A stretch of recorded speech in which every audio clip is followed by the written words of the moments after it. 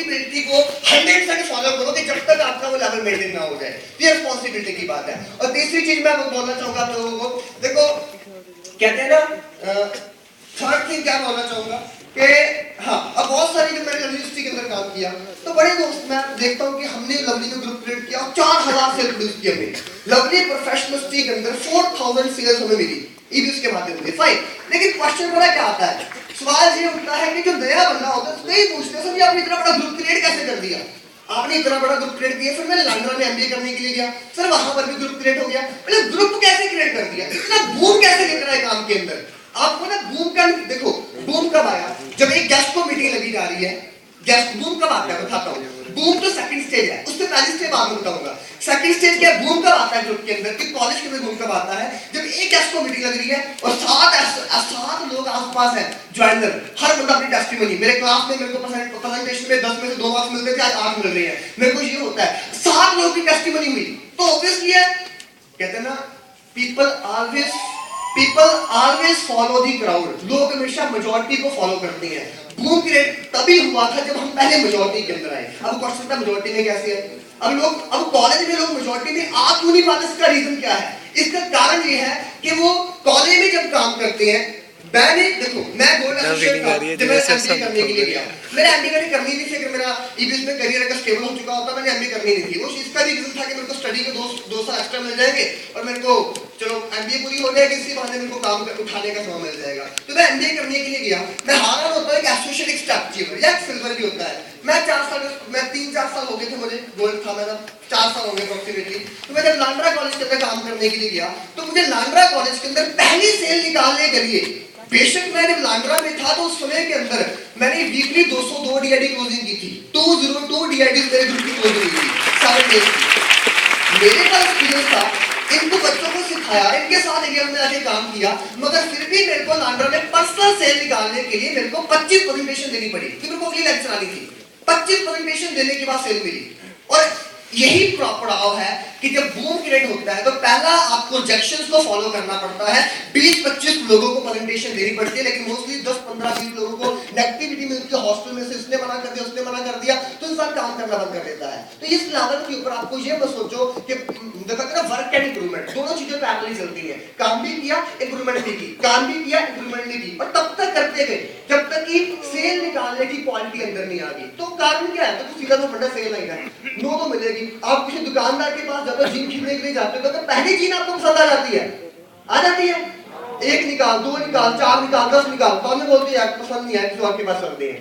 तो उसको भी पता है कि मेरी दुकान के ऊपर अगर 10 कस्टमर आएंगे तो 10 में से ऑब्वियसली है उसकी जो मैक्सिमम कस्टमर जो परचेज करेंगे वो 1 या 2 होंगे। तो मार्केटिंग स्ट्रेटजी को समझो, ऐसे मोटिवेट होते रहते बिना बात के ऊपर। मैंने एक ही किताब पढ़ी थी अपने लाइफ टाइम करियर के अंदर, ebis.com के अंदर, वो बुक का नाम था question are the answers. Fine, उसमें फंडा सीधा क्लियर था कि 10 को रेशियो सिस्टम काम करते हैं, 10 को मीटिंग होगी, 1 को ज्वाइन करेंगे। फंडा ही है, फिर 8 से नेगेटिव क्यों हो रहे हो, 9 से नेगेटिव क्यों हो रहे हो, 10 से 1 निकलेगी अगर आप इम्परफेक्ट हो, 10 से 3 निकलेगी अगर आप कुछ हद तक अच्छे बन जाते हो, 10 में से 6 और 10 में से 10 भी निकलेगी तो परफेक्ट बनोगे। तो यही मार्केटिंग का फंडा है।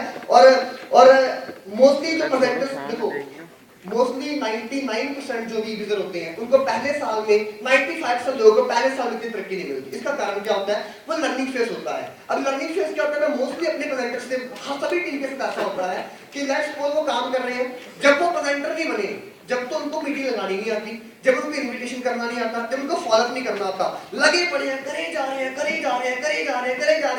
1 साल में प्रेजेंटर बन जाते हैं, जब बन गए तो मीटिंग लगाना बंद कर देते हैं। तो प्रेजेंटर ही क्यों बने, मेन फंडा आता है प्रेजेंटर हम इसलिए बने थे क्योंकि इसका रीजन ये था कि हमें उसके बाद काम स्टार्टअप करना है, ना कि उसके बाद काम बंद करना है। 2 साल मेरी टीम को 1-1.5 साल लग गया इन क्वालिटीज को लेने के लिए। वो उस समय में काम, अब तो काम आया था और अभी बंद कर दूंगा तो काम कैसे बढ़ेगा। तो ये अपनी चीज को बंद मत कीजिए। सक्सेस 2 से लेके 5 साल में ग्रोथ करती है, क्योंकि इंसान को प्रेजेंटर बनने में समय लग जाता है। फाइन, और आखिर के अंदर और कुछ लोग अपनी टीम के अंदर काम क्यों नहीं कर पाते, देखो वो उनको बोला मेरी टीम बात नहीं सुन रही है। देखो जितने भी मैं रोहित चोपड़ा, साहिल चोपड़ा से बात कर रहा था, मैं गौरव से बात की है, मैंने एक चीज देखी है, डे स्कॉलर्स को ना, वैसे मैंने देखा है डे स्कॉलर्स को ना, जितने भी डे स्कॉलर, लुधियाना में डे स्कॉलर्स है, अमृतसर टीम में डे स्कॉलर्स है। डे स्कॉलर मतलब जो घर से अप डाउन करते हैं कॉलेज के लिए, जितने भी हैं, पटियाला में है, मैं देखो ये डीएस कॉलेज में हॉस्टल सच्ची बता रहा हूँ, दिल पे लगा लो बात, डीएस कॉलेज को ना कॉलेज में काम नहीं करना आता, सच्ची बोल रहा हूँ मैं। जितने भी डीएस कॉलेज बैठे हैं किसी को नहीं काम करना आता डीएस कॉलेज में, पता नहीं क्या करते हैं, लग नहीं चल रही। मुझे ये बताओ, एक दिमाग होता है, आप बीसीए बीबीए बीटेक कर रहे हो, लिंक की डालने में क्या दिक्कत है? आप ऐसे चल रहे हो, लिंक किसके साथ डालोगे? कॉलेज में एंटर किया गेट के साथ, लिंक उसके सामने आ रहा है, हाय हेलो क्या हाल है, इससे लिंक डालोगे? पागल हो, ये तो निकल जाएगा।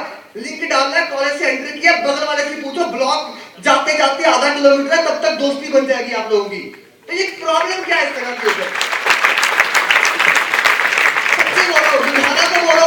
बैठा है, पंजाबी यूनिवर्सिटी बैठा है, लवली यूनिवर्सिटी बैठा है, बहुत सारे कॉलेज और बैठे हैं। दिल्ली के अंदर बोल रहा हूँ, देश कॉलेज ने कहीं नहीं दिखाया, जहां पर मैंने मीडिया ग्रुप के अंदर देखा, जहां भी देखा है पूरे, मैंने तभी साहिल से बात की, तो मैं शायद मैं कॉन्ट्रैडिक्ट ना कर दूं इस बात के ऊपर, तो उनके साथ भी ऐसा होता है, मोस्टली सभी लोग हॉस्टलर हैं, तो इसका मतलब हॉस्टलर नहीं क्रेज होता है काम करने का। देश कॉलेज क्या कर रहे हैं, सो रहे हो? देश कॉलेज जो अप डाउन कर रहे हैं उनके लिए सबसे इजीएस्ट मेथड है काम करने का, सबसे आसान है, क्योंकि आपको ना फाइनेंशियल क्राइसिस नहीं आती, आपको कहीं दूर नहीं जाना पड़ता काम करने के लिए, घर बैठे हो, सबसे इजी काम होता है अगर आप देश कॉलेज हो काम। फाइन। और आखिर के अंदर मैं एक चीज लास्ट टॉपिक बोलना चाहूंगा, 80% यंगस्टर्स की सक्सेस क्यों नहीं आती है? कैरेक्टर की वजह से मीटिंग लगी होती है। 80% यंगस्टर लड़के लड़कियां जो बैठे हैं उनकी सफलता क्यों नहीं आती? यहाँ पर बैठे हैं, मैं ओपनली बोल, बहुत सारी गर्ल्स हैं, बहुत सारे बॉयज हैं, मुझे समझ नहीं आता वो किन चक्करों के अंदर पड़ जाते हैं। देखो मैं इवनिंग में आने से पहले मैं I was in a relationship, अब पहले तो मैं क्या करता हूँ, फाइन, तो मैं एक बात बोलूंगा, हम में से बहुत लोग होंगे बॉयफ्रेंड को गर्लफ्रेंड रोकते हैं काम करने के लिए, मुझे पता है, और ऊपर से गर्लफ्रेंड अगर काम करे उसका बॉयफ्रेंड रोके उसको काम करने के लिए।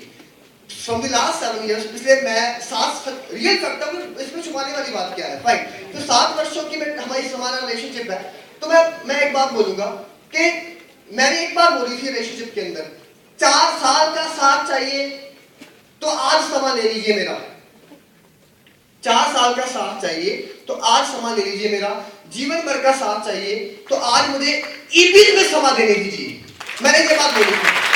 और हाँ, अगर आप में से कोई रिलेशनशिप के अंदर आप सच बोलता हूं ना, मेरे को सपोर्ट मिली और आपको पता आंसर क्या मिला? आंसर मिला ebis.com प्राइवेट लिमिटेड, आंसर मिला मुझे इनकी तरफ से, ebis.com प्राइवेट आंसर मिला। और अगर आपका सिर्फ टाइम का चाहने वाला, अगर आपका जो आप जिसके साथ आप रिलेशन के बारे में सोच रहे हो, अगर आपके करियर की इज्जत करना नहीं जानता, तो आप मुझे ये बताओ आपकी इज्जत कब कर लेगा वो? कभी नहीं कर सकता।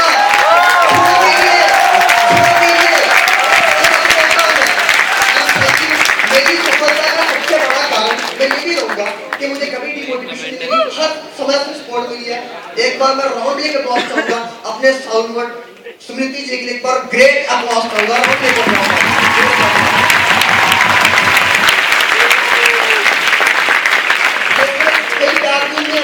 सच्ची बोलो, अगर मुझसे सच्ची क्या प्रॉब्लम है, अगर ऐसा आंसर मुझे मिलता तो शायद ऑब्वियसली ये सब कुछ हो ही ना पाता।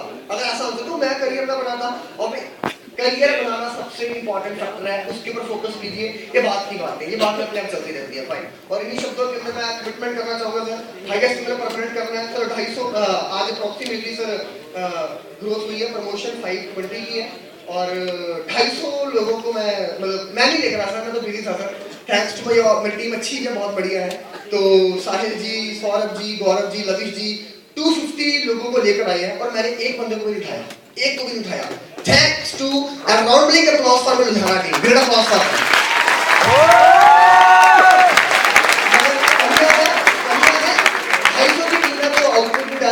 और दिल्ली ग्रुप रूपी जी, अमित जी, एक यूनिटी के अंदर एक दोबारा से उठना है, स्टेज के ऊपर आए, अमन जी आप वापस आ चुके हैं, मुझे पता है बेस्ट करेंगे हम लोग, पर और मेरी कमिटमेंट हरप्रीत सर से और Jasvinder sir, Sheena ma'am for supporting me, हर मोमेंट के अंदर सपोर्ट करने के लिए थैंक यू सो मच। मेरी टीम के ऊपर हाथ रखने के लिए सर सबसे बड़ा हाथ डॉक्टर सुंदर सर, और राउंड लेकर अप्लॉज चाहूंगा मैं इंजीनियर गुरिंदर सिंह जी की, एक बार ग्रेट अप्लॉज चाहिए। और कमिटमेंट यही है सर, इसी वर्ष 2015 के अंदर रॉक करेंगे सर, बेस्ट करेंगे, टारगेट तो ऑब्वियसली सर बहुत बड़ा अपने दिमाग के अंदर लिया हुआ है कि हर हाल में हिट करना है, उसको करके भी आऊंगा सर, अपना फॉर्म में हूँ सर, बस मैक्सिमम 2-3 डेज बस उसके बाद उनका फॉर्म मुझे सर प्रॉब्लम पता है क्या होती है सर, अब पहली कन्वेंशन अभी देखा तो अभी धीरे धीरे माइंड चेंज हो जाएगा, ठीक है ना। तो अभी ये जितने भी रोहित चोपड़ा जी बोल रहे हैं पौने 10 साल से मैं घर में नहीं आया मैं काम कर रहा हूँ, पर अच्छी बात है कन्वेंशन दिखाने का जब सबसे बड़ा फायदा हो जाता है। तो involve your family with eaves doctor badminton sir, मैं भी इन्वॉल्व करूंगा सर, ट्रांसफर हो जाएगी प्लीज सर, हम मिलकर काम करेंगे, बेस्ट करेंगे। एंड इन शब्दों के साथ thank you so much and thanks a lot, thanks a lot.